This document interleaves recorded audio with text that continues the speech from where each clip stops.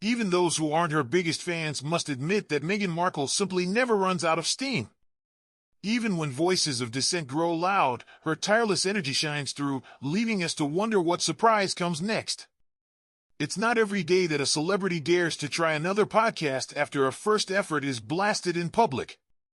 Truth be told, few stars would jump back in the game after a storm of criticism. Can you imagine the nerve it takes? Even after Spotify's Bill Simmons harshly labeled her work on Archetypes a grifter move back in 2022, Meghan didn't shrink back. Instead, on Thursday, with a spark in her eye, she announced a comeback. Her podcast journey was far from over. With a thunderous resolve, she unveiled her new series, Confessions of a Female Founder. The anticipation hangs in the air like the calm before a storm. Set to launch next month, this fresh project will have Meghan sitting down with 8 top women bosses, leaders who turned their dreams into real success. They're ready to reveal their tips, tricks, and tumbles, sharing both victories and missteps. The promise of these honest conversations leaves us on the edge of our seats. Just when we thought the surprises might have run dry, last Friday, Netflix stunned the media by announcing a second series of With Love, Meghan. This comes despite the fact that her show on hosting and homemaking has been slammed by critics everywhere. The unexpected reveal sends shivers down the spine. What twist lies ahead? The streaming giant made the announcement only 3 days after the show's debut, and even before its weekly viewing numbers were in. Netflix revealed that 8 extra episodes, filmed alongside the first season, are ready to hit screens this autumn. One can almost hear the ticking clock of anticipation as autumn approaches. So, what awaits us in the second season of the show and in Meghan's new podcast? The answer is strikingly clear. There isn't a trace of Harry anywhere. Both the TV series and the podcast are set up as pure Meghan ventures, a one-woman affair that leaves us wondering about the missing piece. Insiders confirm that not only is Prince Harry absent from the new TV season, but there's also no hint of their little ones, Archie, who is 5, and Lilibet, just 3. The message is as clear as day: he's not in it. It's just her and some more friends, more of the usual, a source bluntly states. That remark leaves us questioning the dynamics behind the scenes. In the debut season, Harry made a very brief appearance during the closing moments of a celebratory brunch. Meghan had thrown the party to mark the launch of her lifestyle brand, as ever. In that fleeting moment, Harry, looking a little sheepish, mumbled exactly 14 words: "Well done, you did a really great job, and I love it." Then, with a modest raise of his glass, he added, "To you." Even as Meghan lovingly refers to him as H, or my lovely husband, joking about his fondness for her bacon, he remains a quiet presence, almost as if he's been advised to step back. No wonder he won't be part of the empowering Confessions of a Female Founder podcast either. What will this mean for their public image? As Meghan boldly steps into the spotlight, it appears that Harry has become what some might call the spare in her busy professional life. While she is out there dazzling on chat shows and gracing red carpets, Harry seems to have chosen the comfort of a quiet, domestic life. The contrast is as vivid as day and night, and it leaves us pondering the future of their partnership.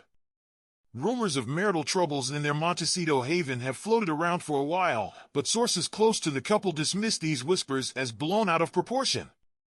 They stress that with Love, Meghan was always meant to be a personal project, and both Meghan and Harry fully support each other's work while also chasing their own dreams.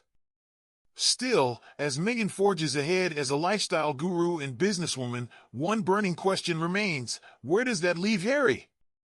A peek into his daily routine paints a very different picture. According to Meghan, Harry is a devoted dad who regularly handles the school run and takes the dogs out for a walk. He's clearly in his element in sunny California, with its inviting beaches, and a local instructor's video even shows him learning to surf, trying to master the waves. His world, it seems, is made up of simple pleasures and quiet routines. Beyond that, Harry dabbles in playing polo with a local team in Santa Barbara, a hobby that is as costly as it is time-consuming. He also juggles a couple of high-paying part-time gigs with a coaching firm and an eco-tourism outfit, which only demand a few days of his month. All these duties are managed remotely from the comfort of their $15 million, 11.6 million pounds home, creating a picture of a life that's more leisure than labor. Meanwhile, his charitable ventures, Archwell and Invictus, are in the safe hands of experienced executive teams. None of this quite fits the mold of a regular job. In fact, during a recent People magazine interview, Meghan mentioned that the couple enjoys day dates, which are nothing more than relaxed lunches at home. It's a lifestyle that raises an eyebrow. Is semi-employed Harry being left behind? It certainly looked that way when, back in April 2023, Meghan signed a deal with top media figure Ari Emanuel at WME. She did it on her own, without Harry's name on the dotted line. Even if many think her TV show wasn't the smartest move, the renewal deal hints that there was a shrewd strategy at work behind the scenes. The question lingers, who really holds the reins? Let's be blunt, Netflix did not bring back with love Meghan because it was a hit. The show languishes at a meager 33% on Rotten Tomatoes, and critics have been merciless. One writer compared its entertainment value to that of a hostage video, while others slammed it as gormless and useless, a view that's too focused on Meghan's own world. The harsh words echo like a cold wind, leaving us to wonder if the creative gamble was worth it. The 8-part series features Meghan alongside a bunch of friends, some of whom she barely knows. For instance, comedian Mindy Kaling even irritates her by calling her Meghan Markle instead of Meghan Sussex. Together, they attempt projects that viewers neither asked for nor really need, and they don't always pull it off.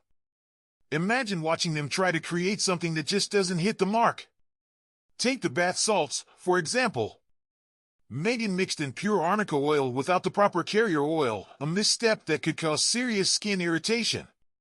Yet insiders say her team expected this backlash all along and cleverly locked in a 2-series deal from the start. Their plan was to announce a second season to drown out the negative chatter, especially when the criticism was at its peak. It's a bold, if risky, counterstrike.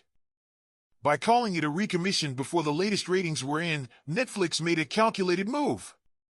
Rather than starting a whole new shoot, they simply released extra episodes that had already been filmed. In the end, the show barely made it into Netflix's global top 10, pulling in 2.6 million views, just enough to match the 9th-ranked series, Drive to Survive, about Formula One racing. That's a huge drop compared to Netflix's top hit, Running Point, which snagged 12.2 million views in just 2 weeks. The numbers tell a dramatic story, and one can't help but wonder if the gamble paid off. Had the show not reached that modest benchmark, it would have been an embarrassing flop. Perhaps that's why the timing was so crucial. In fact, the series is expected to fall off the top 10 next week. It has already dropped out of the UK rankings. Both Netflix and Meghan's team seem to know that many early viewers were merely curious onlookers, eager for a peek into her life.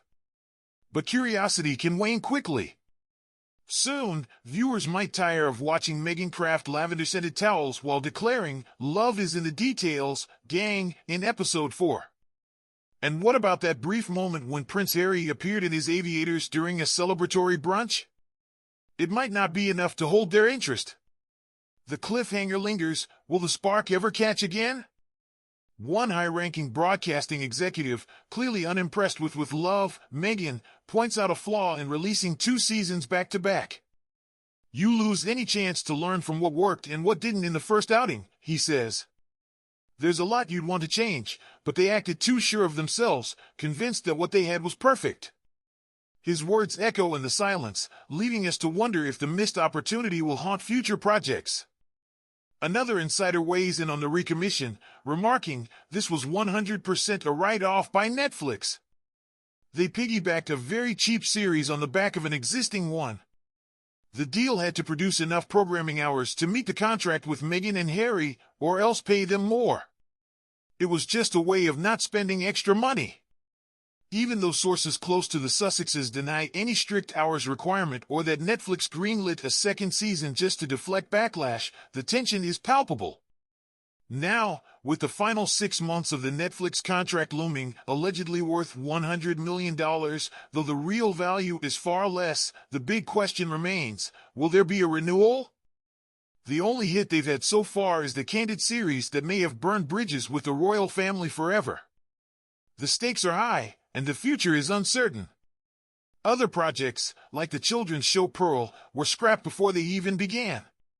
Two scripted series, one adapting the chick-lit book Meet Me at the Lake and another reimagining Great Expectations through Miss Havisham's eyes, appear to have stalled entirely. Meanwhile, of Harry's solo ventures, Heart of Invictus delivered some of the lowest viewership numbers on Netflix in 2023, and last year's documentary Polo, which he produced, was met with harsh criticism. The pattern is as puzzling as it is dramatic. Yet, in a twist that almost feels like a comeback story from the depths, there's talk of a much smaller Netflix deal featuring only Meghan.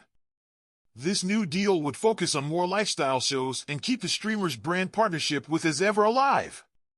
That brand is about to hit the market, set to sell everything from biscuit mixes to jam, or, as they say, fruit spread. The stakes have never been higher, and every move counts. Ultimately, any new agreement will hinge on how well the brand performs.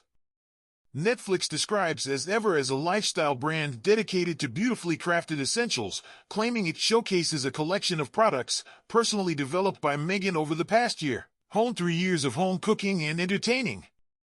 The promise of refined, homegrown charm hangs in the balance. So far, everything has been wrapped up neatly. Imagine jam presented as if it were a luxury perfume, priced at $15, £11 and 60 pence a jar. Yet, some critics remain unconvinced that Meghan has a lasting future as both a lifestyle influencer and broadcaster. One insider even questions her strategy, saying, "Why isn't she sharing more recipes, planning a Christmas special, posting on Instagram about her brand, and really pushing it out there?" It feels scattered to suddenly switch gears and start talking business. The comment lingers like a provocative whisper, challenging her next move. Some even believe that Netflix has quietly signaled there won't be any more seasons of With Love, Meghan, which might explain why the Confessions of a Female Founder podcast launched at such an awkward moment. Netflix has kept quiet on the matter, leaving us to speculate on what comes next. And what about Harry? His next major focus is set to be the Invictus Games in Birmingham, scheduled for the summer of 2027. We can expect him to return to the UK for a longer stretch around that time, but that's still over 2 years away.